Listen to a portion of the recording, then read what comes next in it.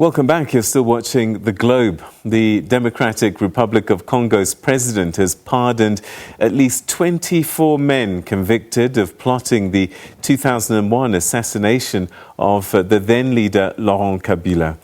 Amongst those now free was Eddy Kapend, former army chief of staff, believed to be the mastermind behind the assassination plot. In the past, President Joseph Kabila had repeatedly resisted calls to pardon the prisoners, 11 of whom died whilst in custody.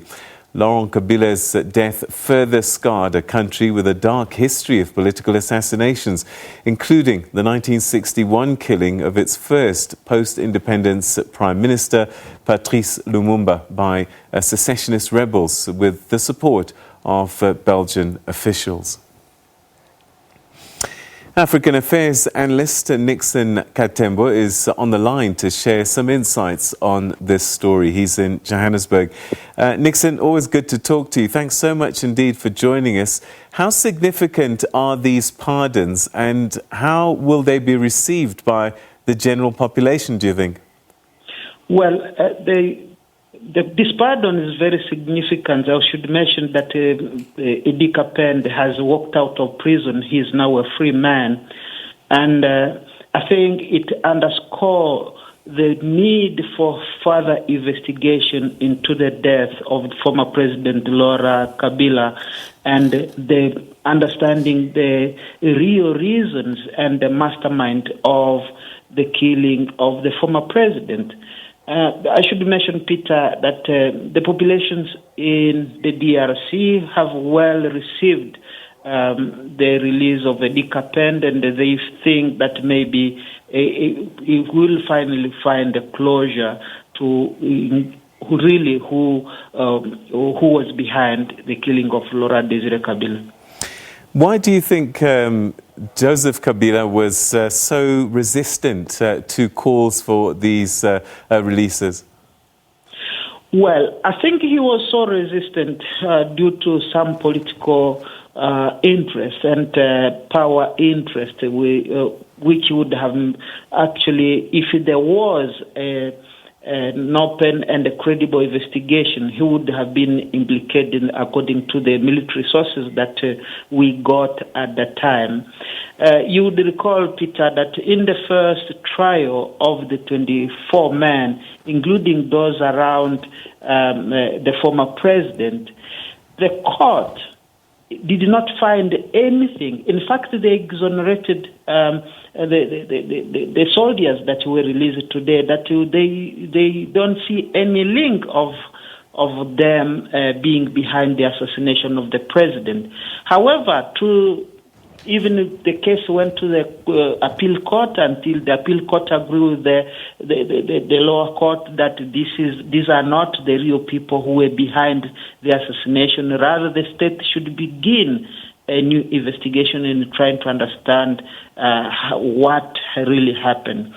And unfortunately for the president ordered that these people remain in the prison. I will remember there was even a parliamentary committee on justice and constitutional affairs, which made the same recommendation that the soldiers be released because they have been exonerated by the court and they have no case to answer and they have not been involved in the killing of Laurent Kabila. So one now ask himself a question: what really happened during the death of Laurent Kabila? Who was really behind?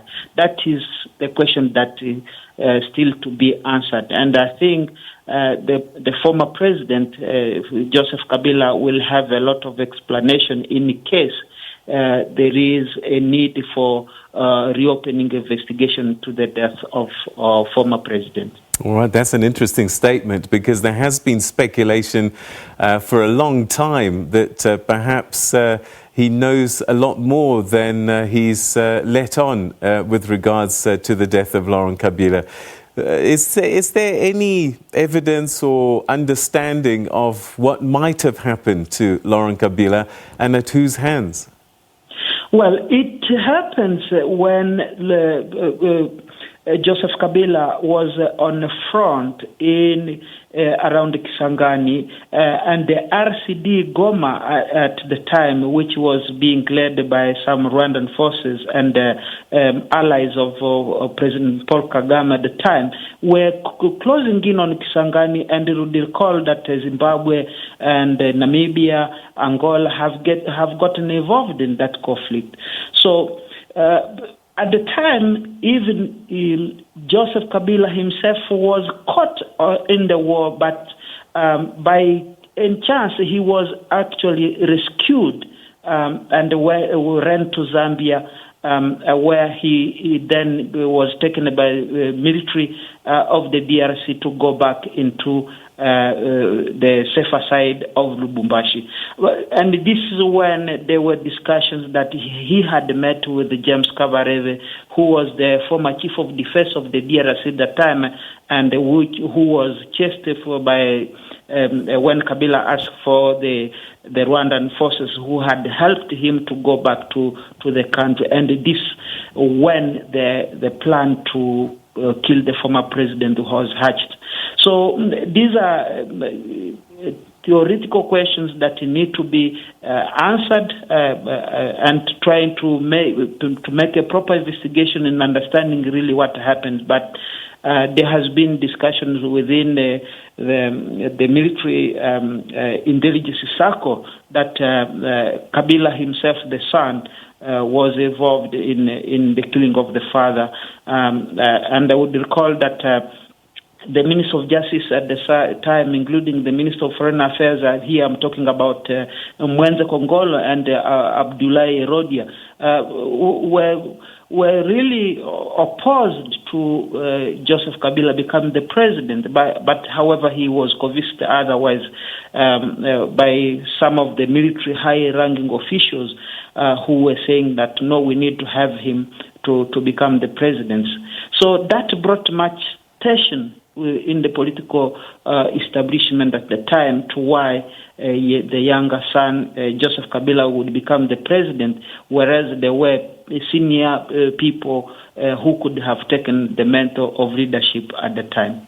All right, and perhaps to end, you mentioned political tension. There is quite a bit of tension between President Tshisekedi and former President Kabila.